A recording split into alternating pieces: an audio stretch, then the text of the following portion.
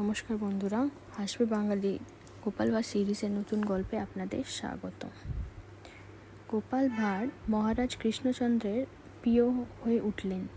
তার ব্যাকপাটুতে ও সমঝদারির সাথে মিলতে পারার অন্য কারোর ক্ষমতা ছিল না। মহারাজ তার বুদ্ধি ও বাকচতুরতায় খুব মুগ্ধ ছিলেন।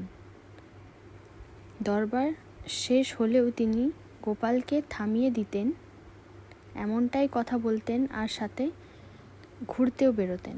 একদিন মহারাজ বললেন, গোপাল, আজ দরবারের পর একটু থেকো, তাড়াতাড়ি বাড়ি চলে যেও না। গোপাল বিনয় করে বললেন, যে আজ্ঞা মহারাজ। সেই দিন দরবারে খুব ব্যস্ত ছিল। শেষ হলেই মহারাজ গোপালকে নিয়ে বাগানে ঘুরতে গেলেন। ফলের গাছের দিকে গিয়ে গোপাল পাকা কাঁঠালের গন্ধ পেল। তার খুব ভালো লাগলো। গাছের সাথে সাথে গন্ধটাও বাড়তে লাগলো। দেখলেন কাঁঠাল গাছে পাকা ঝুলছে। তার মুখে জল এসে গেল, কিন্তু মহারাজকে বলতে লজ্জা পাচ্ছিল। সূর্যাস্তর পর মহারাজ গোপালকে বাড়ি যেতে বললেন। বাড়ি ফেরার সময় তার মনে কাঁঠালের গন্ধ ভরেছিল। বাড়ি গিয়ে খাওয়া দাওয়া করে শুয়ে পড়ল, কিন্তু কাঁঠালের কথা মাথার থেকে বের হচ্ছিল না।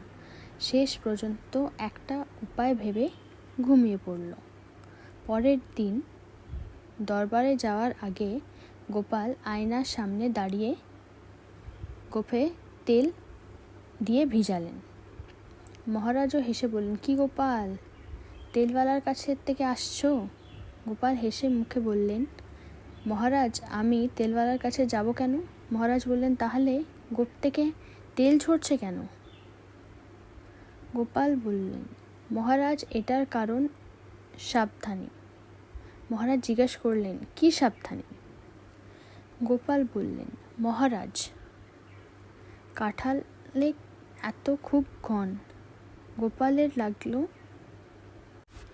গোঁফ কেটে ফেলা ছাড়া উপায় নেই, আর আমি আমার গোঁফকে খুব ভালোবাসি, তাই তেল মেরেছি। মহারাজ অবাক হয়ে বললেন, এ তো রাজদরবার, এখানে কাঁঠালের কোথায়? গোপাল হাসি মুখে বললেন, মহারাজ, কাল বাগানে দেখলাম সত্য সত্য পাকা কাঁঠাল ঝুলছে। মনে হলো মহারাজ যদি অনুমতি দেন আমি খাবো, তাই তেল মেরেছি। মহারাজ আবার হেসে উঠলেন। দরবারে সবাই বুঝল গোপাল অনেক চালাকিভাবে মহারাজ থেকে কাঁঠাল চাইল। মহারাজ মালিকে বললেন, 5-7টা পাকা কাঁঠাল এক্ষুনি গোপালের বাড়িতে পাঠিয়ে দাও। গোপাল হাসি মুখে গোঁফের তেল মুছতে লাগল। তো দেখলেন তো বন্ধুরা, গোপাল নিজের বুদ্ধিতে কি না করতে পারে।